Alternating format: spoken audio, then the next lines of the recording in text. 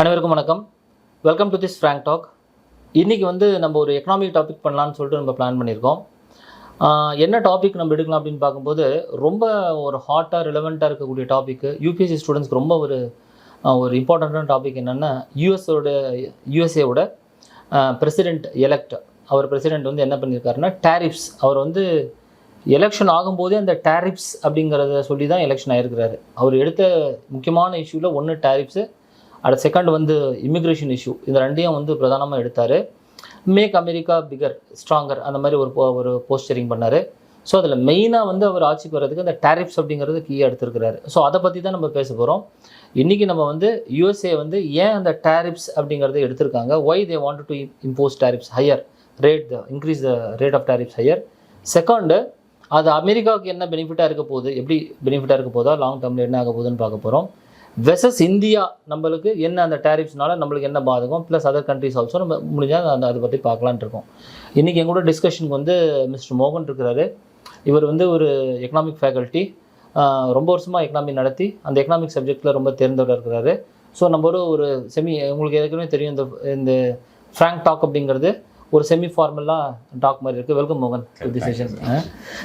First நான் சொன்ன மாதிரி இன்ட்ரோடக்ஷனில் சொன்ன மாதிரி அமெரிக்கன் பிரசிடென்ட் என்ன சொல்கிறாரு, அவர் America again we have to make America greater, make America greater. அவரோட நீங்கள் ஓவல் ஆஃபீஸ்லேயே பார்த்தீங்கன்னா கூட ரொனால்ட் ரீகனுடைய அந்த ஃபோட்டோ வச்சுருக்கிறாரு, அது போர்ட்ரேட் வச்சுருக்கிறாரு இல்லை, மேக் அமெரிக்கா கிரேட்டர் அந்த மாதிரி சொல்லி. ஃபஸ்ட்டு அவர் என்ன எடுக்கிறாரு, அதுனா டேரிஃப்ஸ். ஸோ பார்த்தீங்கன்னா அமெரிக்காவில் பார்த்தீங்கன்னா நிறைய நாடுகள் அமெரிக்கா கூட பிஸ்னஸ் பண்ணுறாங்க.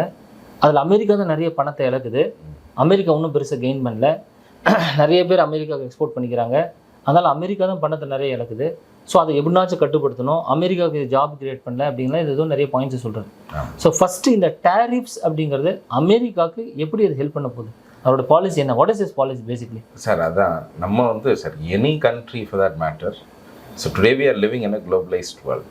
மேபி இந்த மாதிரியான instances so how we have evolved in the last 60-70 இயர்ஸ்க்கான ஒரு சேலஞ்சிங் பாயிண்ட்ஸாவோ ரிவர்சல் பாயிண்ட்ஸாக தான் நம்ம இந்த மாதிரியான கொஞ்சம் அட்வர்ஸ் பாலிசிஸை நம்ம பார்க்குறோம். ஏன்னா டபிள்யூடிஓவும் சரி, அமெரிக்கா இத்தனை நாள் what was it flag bearer for, சரிங்களா, குளோபல் இன்டர் கனெக்டட்னஸ், அவனோட டாலர் எல்லா ஊர்களுக்கும் போகணும், அந்த மாதிரியான ஒரு ஸ்டாண்ட் பாயிண்ட்லேருந்து இன்னைக்கு கம்ப்ளீட்டா அவனோட ரிவர்சல் ஸ்டாண்ட் இது, சரிங்களா. இப்போ எனி கண்ட்ரி, இப்போ நம்ம உதாரணத்துக்கு இந்தியாவை எடுத்துப்போம் சார். ஸோ நம்ம 1990ஸ்க்கு முன்னாடி வரைக்குமே நம்ம ஒரு க்ளோஸ்டான ஒரு எக்கனாமிக் பாலிசிஸ் வச்சுருந்தோம். அதுக்கப்புறம் we are going for an open economic policy. So எதுக்காகனா ஒரு ஸ்டேட்டடான நம்மளுக்கு ஒரு அட்வான்டேஜ் வரும் அப்படின்ற ஒரு நம்பிக்கையில். Because when there is a flow of resources between countries, so நம்மளுக்கு ஈஸியாக நம்மளோட தியரி ஆஃப் கம்பேரிட்டிவ் அட்வான்டேஜ் படி நம்மளுக்கு ஒரு கம்பேரிட்டிவ் அட்வான்டேஜ் கிடைக்கும். we will be able to earn also gaps in the production supplies, அதெல்லாம் மினிமைஸ் பண்ண முடியும் அப்படின்றதுனால. ஸோ ஃப்ளோ ஆஃப் ரிசோர்ஸஸ்ன்றது தான் அடுத்து குளோபலாக நம்ம the output or the global GDP increase பண்ணுறதுக்கு அதுதான் வழி அப்படின்ற மாதிரி, especially western influence, western dominated economic theories மூலமா குளோபலைசேஷன் ஃப்ரண்ட்ல நம்மளும் இந்தியாவும் இன்டெகிரேட் ஆகிட்டோம்.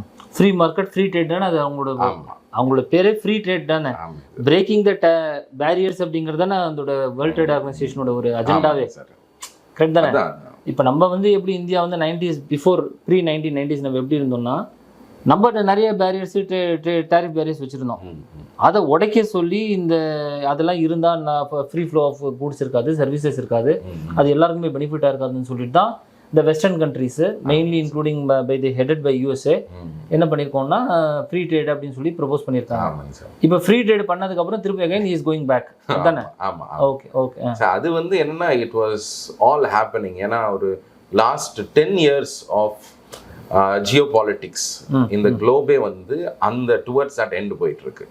தி ரைஸ் ஆஃப் கன்சர்வேட்டிசமா இருக்கட்டும், ரைட் விங்கோட பாலிடிக்ஸ் இன்க்ரீஸ் ஆகிறதா இருக்கட்டும், ப்ரொடெக்ஷனிசம் அப்படின்றது மறுபடியும் வர்றது, பிளஸ் கோவிட்-19ன்றது ஒரு பெரிய சாப்டர். ஏன்னா அந்த 2020ல லாக்டவுன் வந்ததுக்கு அப்புறம் ஆல் கண்ட்ரீஸ் அவங்களுக்கு வந்து டு த ஃபோர் கிரவுண்ட் மறுபடியும் நேஷனல் இன்ட்ரெஸ்ட்டும் immediate economic interest of their கண்ட்ரின்றது அங்கே வருது. இன்ஃபேக்ட் நம்மளும் வந்து செல்ஃப் ரிலையன்ஸ்ன்ற வார்த்தையோ செல்ஃப் சஃபிஷியன்சின்ற வார்த்தையோ நம்ம 1990ஸ்க்கு அப்புறம் பெருசா யூஸ் பண்ணல.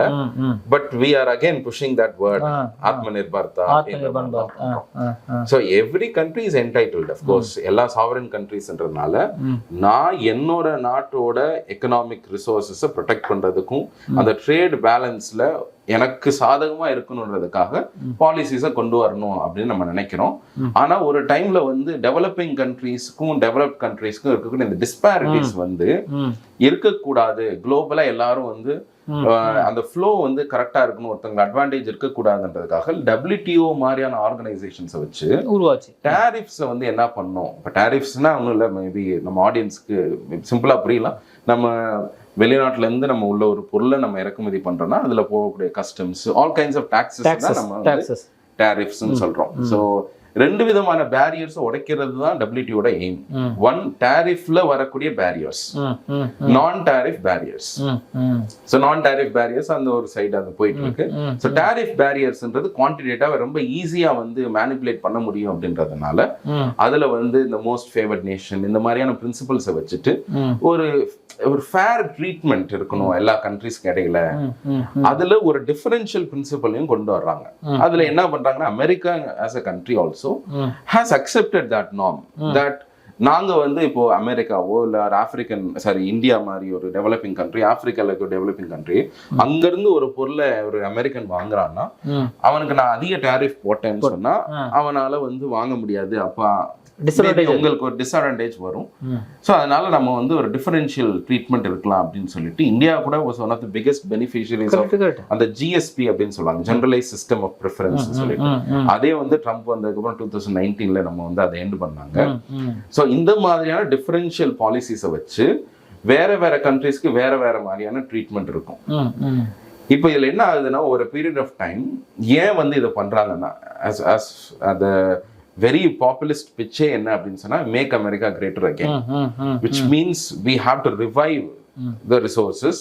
நம்ம மறுபடியும் வந்து ஏன்னா எல்லாருமே வந்து இன்னைக்கு ப்ரொஜெக்ஷன் பார்த்தீங்கன்னா சைனா வந்து நம்பர் 1 GDP-யா மாறிடும் பை 2017, அமெரிக்கா செகண்ட்ல வந்துடும், இந்தியா தேர்ட்ல வந்துடும். அந்த மாதிரி ப்ரொஜெக்ஷன் இருக்கிறப்ப எப்படி நம்ம எல்லா கண்ட்ரீஸ்க்கும் ஒரு விஷன் இருக்கும், அதே மாதிரி அந்த நம்பர் 1 பொசிஷனை நம்ம விடக்கூடாது அப்படின்றது நம்ம ஸ்டான்ச்சா எஸ்பெஷலி ட்ரம்ப் அட்மினிஸ்ட்ரேஷன் பிலீவ் பண்றாங்க. அதுல என்ன பண்றாங்கன்னா இந்த ட்ரேட் பேலன்ஸ்ன்றது அவங்களுக்கு அன்ஃபேவரபிளா இருக்கு. அப்படி ட்ரேட் பேலன்ஸ்னா என்ன சார்? நம்ம ஒரு பொருளை இம்போர்ட் பண்றோம், ஒரு பொருளை எக்ஸ்போர்ட் பண்றோம், ரெண்டுத்துக்குள்ள அந்த பேலன்ஸ் தான் இந்த ட்ரேடுன்றது. நம்ம சர்வீசஸ் எதையுமே இது பண்ணாம அது வந்து எக்கனாமிக் பேலன்ஸ் ஆஃப் பேமெண்ட்ன்றது எல்லாத்தையும் நம்ம எடுக்கிறது. இப்ப ட்ரேடுன்றது ஜஸ்ட் கமாடிட்டிஸ் வச்சுக்கோங்க. அந்த ட்ரேடுலயே வந்து அமெரிக்காவுக்கு இம்பேலன்ஸ் இருக்கு. காரணம் என்னன்னா America being a developed country was giving preferential treatment to many countries including India. Especially countries like Mexico, Canada, bordering கண்ட்ரீஸ்ல இருக்கக்கூடிய எல்லா கண்ட்ரீஸ்க்கும் கொடுத்துட்டு இருந்தாங்க. சைனாக்குமே வந்து அந்த மாதிரி கொடுத்துட்டு இருந்தாங்க. இப்ப சைனான்றது அவனுக்கு பெரிய சேலஞ்சா வந்து நிக்கிறாங்க. சரிங்களா? அந்த டிராகன் அப்படின்றதுதான் இன்னைக்கு பஸ் வேர்ட் இன் எக்கனாமிக் சர்க்கிள்ஸ். ஸோ அந்த டாமினேஷன்ல தான் உடைக்கணும், நம்ம தான் நம்ம வளர்த்து விட்டுருக்கோம் அப்படின்ற மாதிரியான ஒரு பேட்ரனைசிங் ஆட்டிடியூடும் இருக்குது இதுல. ஸோ அதை நாங்க ரிவர்ஸ் பண்றோம். அதுல என்ன வருதுன்னா நம்ம கண்ட்ரீஸும் சரி, இப்போ அவங்க நம்மளுக்கு லோவர் டாரிஃப் போடுறாங்க. சைனா வந்து அமெரிக்கால இருந்து ஒரு ப்ராடக்ட் வருதுன்னா அதுக்கு ஹையர் டாரிஃப் போடுறாங்க. என்ன ட்ரம்போட கிளைம் என்னன்னா these kinds of tariffs we will reciprocate. Correct. But நீங்க இன்க்ரீஸ் பண்றீங்கன்னா நாங்களும் இன்க்ரீஸ் பண்ணுவோம் அப்படின்ற மாதிரி for the first time in many decades tariffs are being used as a weapon. அதான் இந்த கான்டெக்ஸ்ட் சார் இப்போ நடந்துட்டு இருக்கிறது. இதுல இன்னொரு முக்கியமான ஒரு ஆங்கிள் என்னன்னா டாரிஃப்ஸ் வந்து ஒரு எக்கனாமிக் டூலா மட்டும் நம்ம பார்க்க முடியாது. எப்படின்னா அமெரிக்காவுக்கு வந்து பணம் இழக்குது.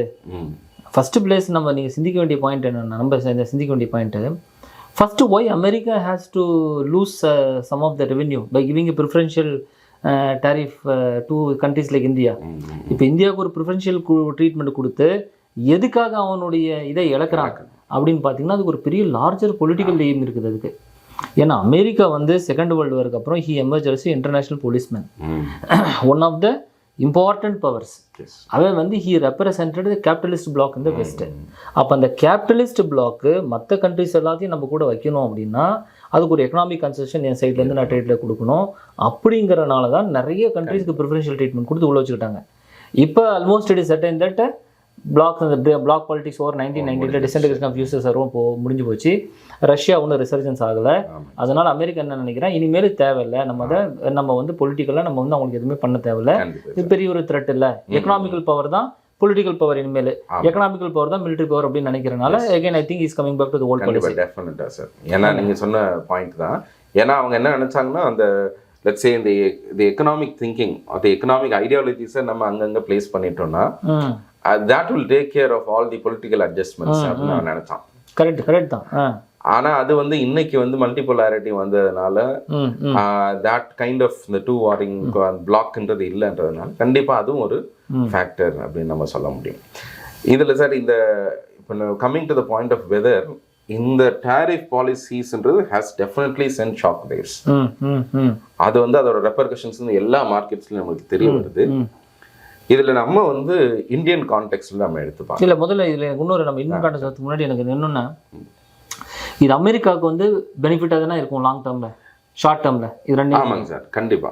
அதாவது ஷார்ட் டேர்ம்ல பெனிஃபிட்டா இருக்கும் அப்படின்ற ஒரு தியரியை வச்சு தான் அவங்க பண்றாங்க.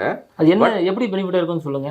ரெண்டு விஷயம் சார். ஒன்று என்னன்னா அதிகமாக இப்போ ஃபார் எக்ஸாம்பிள் இந்தியாவோட எக்ஸாம்பிள் எடுத்துப்போமே. இந்தியாவை பொறுத்த அளவுக்கு நம்ம வந்து அமெரிக்காவுக்கு அதிகமாக எக்ஸ்போர்ட் பண்றோம், இம்போர்ட் வந்து கம்மியாக பண்றோம். இது ஒரு பேசிக். இப்போ நம்ம வியூவர்ஸ்க்கு பார்த்தோம்னா ஜிடிபியோட தியரி, ஜிடிபியோட ஃபார்முலாவே என்ன இருக்குன்னா எப்படி இந்த உருவாகுது அவுட்புட்னா கன்சம்ஷன்னால உருவாகும் சி, ரெண்டாவது ஐன்னு சொல்லுவாங்க இன்வெஸ்ட்மெண்ட்ஸ், அதாவது கம்பெனிஸ் போற இன்வெஸ்ட்மெண்ட்ஸ்னால வரும், மூணாவது வந்து கவர்மெண்டோட எக்ஸ்பெண்டிச்சர்ஸ் ஜின்னு சொல்லுவாங்க, லாஸ்ட் தான் இன்டராக்ஷன் வித் தி வேர்ல்டு.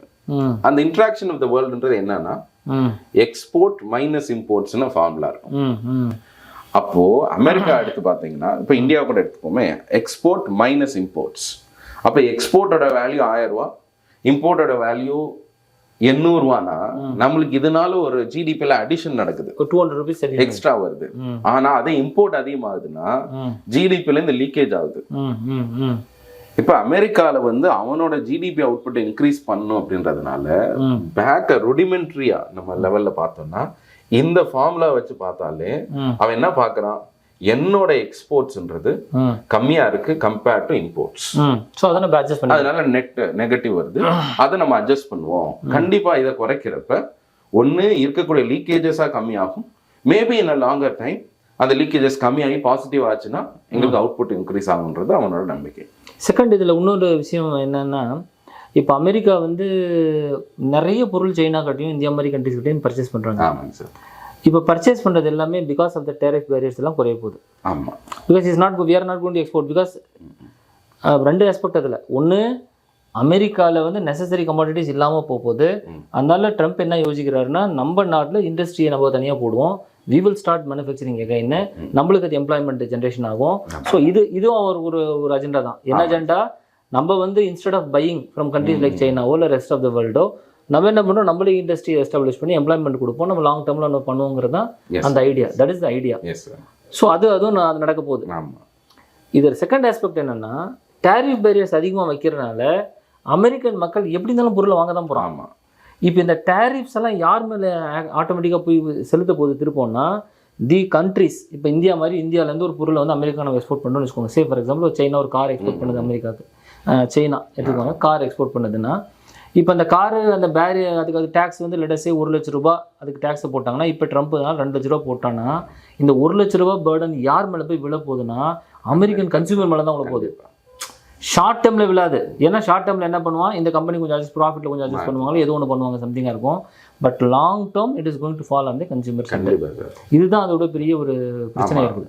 பெரிய ஒரு நெகட்டிவ் ஃபால் அவுட்ன்றது இதுதான் சார். அந்த இன்ஃபேக்ட் நம்ம வந்து அந்த மாதிரியான திங்கிங்லேருந்து நம்ம வந்துட்டோம், மறுபடியும் இது போகிறாங்க. பட் டு சம் எக்ஸ்டென்ட் இந்த மாதிரி மறுபடியும் அந்த ரெட்ரோக்ரெசிவான திங்கிங் இருக்கா அப்படின்னு சொன்னால் அப்படி கிடையாது. Because there are some who ஏன்னா பார்த்தீங்கன்னா இப்போ Elon மஸ்க்ன்றது you would know what kind of position is given.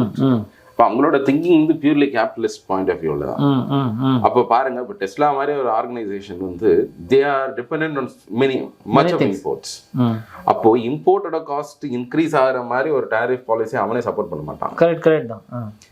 ஆனா இருந்தும் என்ன பண்றாங்கன்னா, இப்போ நம்ம கொஞ்சம் if we read between the lines, இப்போ நம்ம coming to the question of whether India மாதிரி இப்போ இந்தியாவிலேருந்து நம்ம எக்ஸ்போர்ட் பண்ண போகிறது பாதிக்க போகுதா அப்படின்னு ஒரு கேள்விக்கு ஃபர்ஸ்ட் நம்ம let's understand what is India's position with that of USA. நம்ம யூஎஸ்ஏக்கு எக்ஸ்போர்ட் படி USA is the largest partner for India. நம்மளோட 17% of exports goes to America. About 130 billion நினைக்கிறேன்ல. ஆமா சார், அரௌண்ட் 120 billion அப்படின்னு சொன்னாங்க அரௌண்ட் லாஸ்ட் இயரோட இதுல. அதுல வந்து நம்மளுக்கு ட்ரேட் சர்ப்ளஸ் இருக்கு. கரெக்ட், அரௌண்ட் 45 சம்திங் இருக்கு. ஆமாங்க சார், ஒரு அரௌண்ட் 40 கிட்ட நம்மளுக்கு சர்ப்ளஸ் இருக்கிறதாக ரீசன்ட் டேட்டா சொல்றாங்க. ஆனா அதே நீங்க அமெரிக்கா சைனாவை எடுத்துவோமே, அதுவும் கிட்டத்தட்ட 120 தான். ஆனா 85 டெபிசிட் நம்ம வச்சிருக்கோம். அப்ப நம்ம சைனால இருந்து அதிகமா இம்போர்ட் பண்றோம். அப்போ அமெரிக்கா என்ன பாக்குறான், இந்தியாவோட ட்ரேட் பண்றதுனால அவன் வந்து இன் எஃபெக்ட் 45 பில்லியன் அவன் நம்மளுக்கு வருது அப்படின்ற மாதிரி அவன் பாக்குறான். இதுல நம்ம வந்து அமெரிக்கன் பாயிண்ட் ஆஃப் வியூல we are the 10th in terms of trade partners.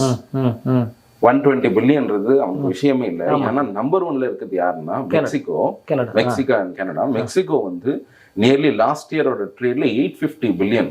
இப்போ நம்ம வந்து 120 பில்லியன்ல 45 தான், அவன் வந்து 850 பில்லியன்ல மோர் தென் 300-400 பில்லியன்ஸ் வந்து சர்ப்ளஸ் இருக்கிறதுனால தான் அவன் இந்த மெக்சிகோ கனடா பல வருஷங்களா வந்து ஃப்ரீ ரெஜிம்ஸ் மாதிரி இருந்த அந்த கண்ட்ரீஸ்ல தான் இந்த இதை போடுறாங்க. ஐ திங்க் இந்த ஏப்ரல்ல வந்து நாங்கள் கண்டிப்பா அந்த 25% ஹைக் இன் டாரிஃப்ஸ்ன்றது யார் அதிகமாக பாதிக்க போகுதுன்னா மெக்சிகோ அண்ட் கனடா.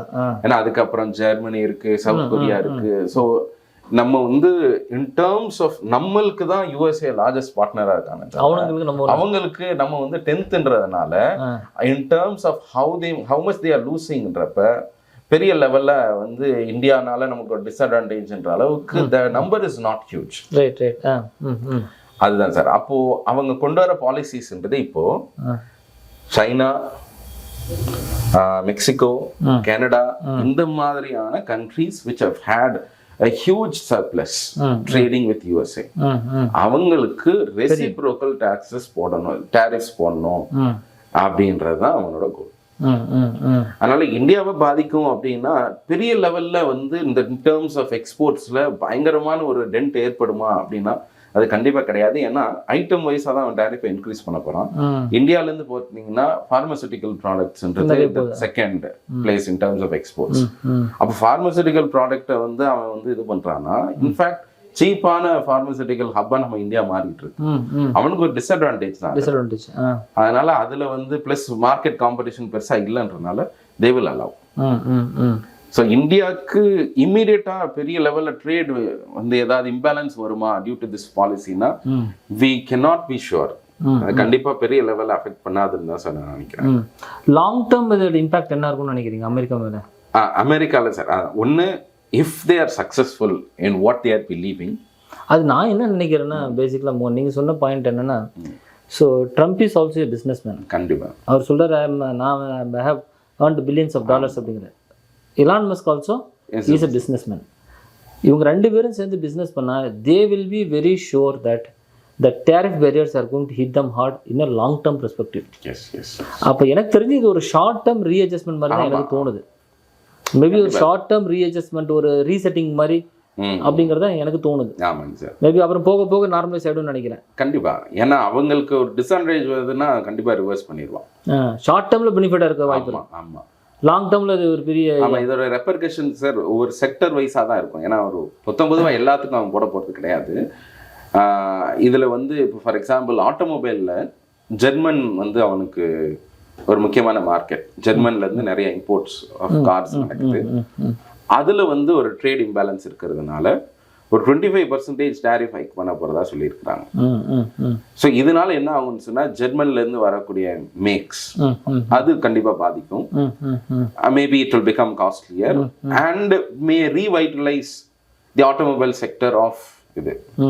ஆனா என்ன வருதுன்னா என்ன சொல்றாங்கன்னா இது வந்து கனடா, மெக்சிகோ இவங்களும் ரெசிப்ரோகேட் பண்றாங்கன்னா ஆன்டாரியோ இந்த மாதிரியான பெல்ட்ஸ்ல இருக்கக்கூடிய much of the manufacturing of automobiles are getting exported to these countries. அப்ப நீங்க ஒரு டாரிஃப் போடுறீங்க, கண்டிப்பா ரெசிப்ரோகேட் பண்ணுவாங்க அந்த கண்ட்ரி. உங்க டொமஸ்டிக் மேனுஃபேக்சரிங்கை பூஸ்ட் பண்ணணும்னு நினைக்கிறீங்க, பட் எக்ஸ்போர்ட்ஸ் அங்க அடிவாங்க. ஸோ இந்த மாதிரியான ஆஃப்செட்ஸ் இருக்க தான் போகுது. But definitely they will calculate sir, அதெல்லாம் பார்த்துட்டு தான் முடிவு பண்ணுவாங்க. பட் ஆஸ் ஆஃப் நவ் அவங்க இம்மீடியட் கோல்ஸ் அதை தான் பார்த்துருக்காங்க. லாங் டேர்ம்ல மேபி ரீஅட்ஜஸ்ட்மெண்ட்ஸ் நடக்கலாம்னு தான் நான்.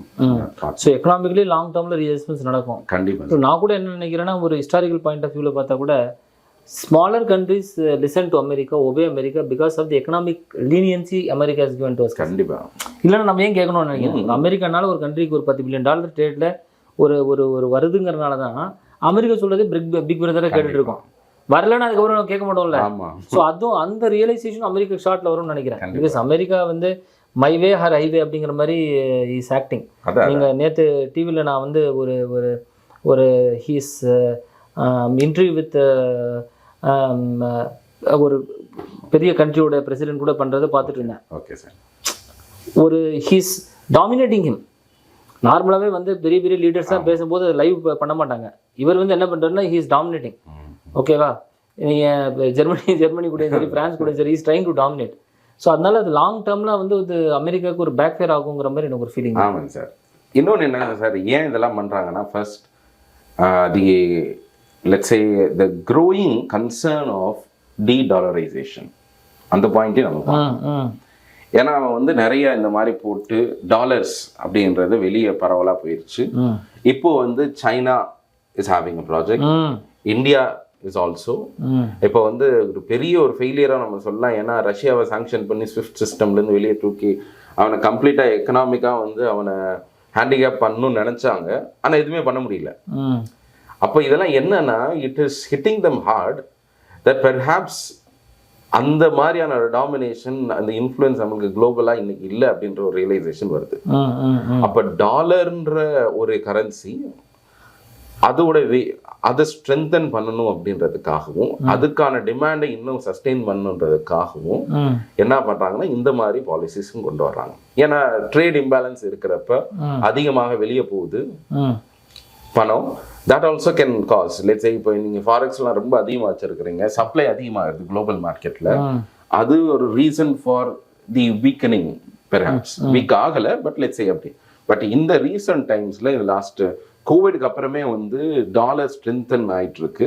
காரணம் என்ன அப்படின்னு சொன்னால், சப்ளை செயின் டிஸ்டர்ப் ஆனதுனால ஈஸி ஃப்ளோ ஆஃப் டாலர்ஸ் இல்லை, அது ஒரு காரணம். அதே மாதிரி மறுபடியும் ஈஸியாக ஃப்ளோ ஆச்சுன்னா நம்ம வந்து we will not be at the point of dictatingன்றதுனால அதுவும் ஒரு செகண்டரி கோலாக இருக்குது these kinds of policies. ரெண்டாவது இதில் ரொம்ப ஒரு கீ பாயிண்ட் என்னென்னா, இப்போ கண்ட்ரீஸ் லைக் இந்தியா அண்ட் அமெரிக்காவுக்கு என்ன ஒரு ஃபண்டமெண்டல் ப்ராப்ளம் என்னென்னா, நீங்கள் ஃபண்டமெண்டலாக நீங்கள் உள்ள போய் ப்ராப்ளம் பார்த்தீங்கன்னா, India is economy where it is a saving economy. America is spending economy. So நீங்கள் ஃபண்டமெண்டலாக நீங்கள் டாலர் வந்து வீக்கன் ஆகிட்டு இருக்குதுன்னா, there is no way forward for strengthening the dollar of America by Americans, because the Americans spend more than they earn. இதுதான் அந்த data சொல்லுது. என்ன சொல்லுது, அமெரிக்கா வந்து ஏன் வீக் ஆகிட்டே எவ்ரிடே வீக் ஆகிட்டு போகுதுன்னா, the average American consumes more than he earns. புரியுது இல்லையா? அதனால அது அந்த சொல்யூஷன் வந்து இப்போதைக்கு வராது. அந்த அமெரிக்கன் மைண்ட் செட் மாறணும். சேவிங்ஸ் கல்ச்சருக்கு போனவன் அவன் வந்து அது கொஞ்சம் ஸ்பென்ட்ரப்ட்லேருந்து கொஞ்சம் வெளியே வரணும். அது எங்கே மாறும்? ஒரு கல்ச்சுரல் சேஞ்ச் தான் நடக்கும். அது எல்லாம் அவர் ஆவரேஜ் அமெரிக்கன் எல்லாமே பார்த்தீங்கன்னா எல்லாம் இன்டெப்டடாக இருக்கான். எல்லாம் வந்து கிரெடிட் கார்ட்ஸ் எல்லாம் தேர் ஆல் டைட் அப். வேற இந்தியா மாதிரி ஒரு எக்கானமி பார்த்தீங்கன்னா நம்ம லார்ஜர் பார்ட் ஆஃப் ஜிடிபி வந்து நீங்கள் பார்த்தீங்கன்னா ஒரு லார்ஜ் சங்க் ஆஃப் ஜிடிபி சேவிங்ஸில் இருக்கு நம்ம கிட்ட. ஸோ இது ஒரு பெரிய ரோல் ப்ளே பண்ணுதுன்னு நினைக்கிறேன். இல்லை நம்மளும் கன்சம்ஷன் பேஸ், பட் சேவிங்ஸ்ன்றது நம்மளுக்கு. ஆமாம் ஆமாம். யூஎஸ்ல சார் இன் டேர்ம்ஸ் ஆஃப் இப்போ அதையும் அவங்க சரி பண்ணணும்னு நினைக்கிறாங்க. That is a very high fiscal deficit that they have maintained post this COVID. அந்த fiscal stimulus-ல வந்து என்ன பண்றாங்கன்னா ரொம்ப சிவியரா ஸ்பெண்ட் பண்ண ஆரம்பிச்சிட்டாங்க. டெட் வந்து in trillions, 10 trillionsன்ற மாதிரி in a matter of 2-3 years அவனுக்கு போகுது. இன்ஃபேக்ட் இந்தியாவோட ஜிடிபிக்கு மேல 2 மடங்கு ஒரு 4 இயர்ஸ்ல அவனோட டெட் அக்யூமுலேட் ஆகுதுன்னா அப்ப அதை ரிவர்ஸ் பண்ணும் அப்படின்றதும் பாக்குறாங்க. So it is not just about இப்போ இந்த மாதிரி டாரிஃப்ஸ் மட்டும் பண்ணா இந்த சைடு நம்ம அட்ஜஸ்ட் பண்ண விட்டா கஷ்டம். அவங்க of course the policies that they're putting in place America சென்ட்ரிக்கா இருக்குது. டெஃபினட்டா whether it is going to increase their credibility in the world, global ட்ரேட்ல அவங்களுக்கான பவர் இன்க்ரீஸ் பண்ணுமா just by these kinds of threats and ரிட்டாலியேஷன்றது only time will tell. Second இதில் இன்னொரு third angle dimension என்னென்னப்போ வந்து அமெரிக்கா வந்து நிறைய கண்ட்ரிஸ் லைக் சைனா, ஜப்பான் கிட்டலாம் they are having huge forex reserves in dollars. Yes sir. இந்த பணம் அமெரிக்காவில் இன்வெஸ்ட் பண்ணி Americans are paying interest to that money which itself is a big leakage to America. இப்போ அதை ஒரு வேலைக்கு சரி பண்ணுங்கிறது ஒரு பெரிய டாக்கா போயிட்டு இருக்குது. இப்போ அமெரிக்கனுடைய பணத்தை ஃபாரெக்ஸ் ரிசர்வ் வச்சிருக்க சைனாவோ ஜப்பானோ கொண்டு போய் அமெரிக்காவில் இன்வெஸ்ட் பண்ணி அதுக்கு அவனுக்கு ஒரு இன்ட்ரெஸ்ட் எடுக்கிறாங்க. they are taking an interest இல்ல. இந்தியாவே நம்ம ஆர்பிஐ நம்மகிட்ட இருக்கக்கூடிய ஃபாரெக்ஸ் அதிகமாக வச்சிருக்கோம் சார். அதுல வந்து we can invest in treasury bonds of rate of interest கம்மி தானே இருக்கு. ஆமா, பட் சும்மா நம்மள்ட்ட வச்சிருக்கிறதுக்கு நம்ம நிறைய அக்யூமுலேட் பண்ணி வச்சிருக்கோம்ல. அரௌண்ட் ஒரு என்ன இப்போ ஃபாரெக்ஸ் ஒரு 650 பில்லியன் கிட்ட. அப்போ கொண்டு போய் ஒரு 300 பில்லியன் அங்கே பார்க் பண்ணிக்கலாம். ஆமா, நம்ம அந்த மாதிரி இன்வெஸ்ட் பண்றோம்னா யூஎஸ் ட்ரெஷரி பில்ஸ்ல டெஃபினெட்லி அதுல ஒரு இன்ட்ரெஸ்ட் வருது. ஸோ என்னன்னா அவங்களுக்கு சார் என்ன ஃப்ரீ ஃப்ளோ ஆஃப் கேபிட்டல் அது நீங்க எதனாலும் பண்ணிக்க. Of course there is going to be a disadvantage. இப்போ இந்தியாவில் வந்து நம்ம வந்து கேபிட்டல் கன்வெர்டபிலிட்டின்றத நம்ம வந்து ரெஸ்ட்ரிக்ட் பண்ணி வச்சிருக்கோம். வெளிநாட்டுல இருந்து யாருனாலும் உள்ள வந்து இன்வெஸ்ட் பண்ண முடியாது, வெளியும் போக முடியாது அவ்வளோ ஃப்ரீயா. பட் அமெரிக்காவில் வந்து அந்த ஃப்ரீடம் கொஞ்சம் அதிகமாக இருக்கிறதுனால தான் அந்த ஃப்ளோன்றது இருக்கு. இன்னொரு விஷயம் சார், இதோட ஷார்ட் டேர்ம் தாக்கத்தை பற்றி கேட்டப்போ இப்போ இதுக்கும் இப்போ ரீசெண்டா நடந்துட்டு இருக்கக்கூடிய இந்த ஸ்லைட் ஆஃப் இந்தியன் ருப்பிக்கும் ஒரு லிங்க் இருக்கு. காரணம் என்ன அப்படின்னு சொன்னா, ஸ்லைட் ஆஃப் இந்தியன் ருப்பின்றது not just to an enormous increase for demand. இப்போ திடீர்னு நம்ம வந்து டிமாண்ட்லாம் இன்க்ரீஸ் பண்ணல. காரணம் என்னன்னா இந்த மாதிரி retaliatory tariff policies is leading to a concern. ஒரு அன்சர்டன்டி இருக்கிறதுனால ஒரு ஃப்ளைட் ஆஃப் கேபிட்டல் ஏற்படுது. இங்க இருந்து வெளிநாட்டு பணம்லாம் வெளியே போகுது. சரிங்களா? ஸோ அது ஒரு மேஜர் பாயிண்ட். இன்னொன்று என்னன்னா ஸ்ட்ரென்தனிங் ஆஃப் டாலர்ஸ். இப்போ 2 வருஷத்துக்கு முன்னாடி கூட நம்ம ஃபினான்ஸ் மினிஸ்டர் சொல்லியிருந்தாங்க rupee is not weakening, dollar strengthening. அப்போ நிறைய பேர் அதை வந்து ஒரு பண்ணியிருந்தாங்க. But actually what is saying is correct. ஆமா, அது அந்த ஆங்கிளும் கரெக்ட். அந்த ஆங்கிள் கரெக்ட் தான். அது வந்து இது நடந்தா அது அப்படின்றது கிடையாது. these two are different. அப்போ வெளிநாடு against all dollars, against all currencies, dollar is becoming stronger because they are curtailing the flow. இந்த restrictive policies வர்றப்ப flow ஆகாது. கரெக்ட். ஆனா இன்னைக்கு still the world is getting used to trade in terms of dollars. So that is also perhaps one of the reason of sliding rupee. So இதை நம்ம arrest பண்ணியிருக்கோம் கொஞ்சம். So ஒரு estimate இன்னைக்கு கூட ஒரு பேப்பரில் வந்துருந்துச்சு. என்ன பண்ணுறாங்கன்னா இந்த மாதிரி trade policies can have an impact of the shrinking India's GDP ஒரு 0.1 to 0.6 வரைக்கும் கூட இம்பேக்ட் பண்ணலாம் அப்படின்னு சொல்கிறாங்க சார். பட் இன்னொரு பாயிண்ட்ல நம்ம சொல்கிறோம் சார், நம்ம இப்போ வந்து 100 கிட்ட இருக்கிறோம். 2019ல இந்த ஜெனரலைஸ் சிஸ்டம் ஆஃப் ப்ரிஃபரன்ஸ் அப்பவும் என்ன சொன்னாங்கன்னா இந்தியா வந்து ரொம்ப பெனிஃபிஷியரியா தான் இருந்திருக்கு. நவ் இப்போ வந்து ஓரளவுக்கு அவங்க 5th largest எக்கானமியா வந்துட்டாங்க. there is no need for America to treat them any differential. Correct. அதனால நாங்க ரிவர்ட் பண்றோம் அப்படின்னு சொல்லிடுறாங்க இப்போ ஜிஎஸ்பி. அப்போ there was a concern that இதெல்லாம் நடக்கிறதுனால நம்ம நிறைய many product line which were enjoying the lower tariffs இது இதாகும் அப்படின்னு நினைச்சோம். But in fact in 2-3 years trade வந்து டபுள் ஆயிருச்சு. அண்ட் ரீசெண்டா கூட நம்ம வந்து யூஎஸோட வந்து இப்போ வந்து 120-130 கிட்ட இருக்கோம் million. We are aiming to increase the bilateral trade by nearly 600 billion in next 4 to 5 years. Possible scope இருக்கு. ஸ்கோப் இருக்கு. அதுதான் இல்ல. So nice. நம்ம நிறைய விஷயங்கள் பேசலாம்னு இருக்கோம். பட் இந்த ஒரே விஷய டாக்ல நம்ம இவ்வளவு பேச வேண்டாம். அடுத்த டாபிக் நம்ம எடுத்து பேசுவோம். Okay nice. நம்ம திரும்ப கண்டினியூ பண்ணுவோம். தேங்க்யூ. All the best.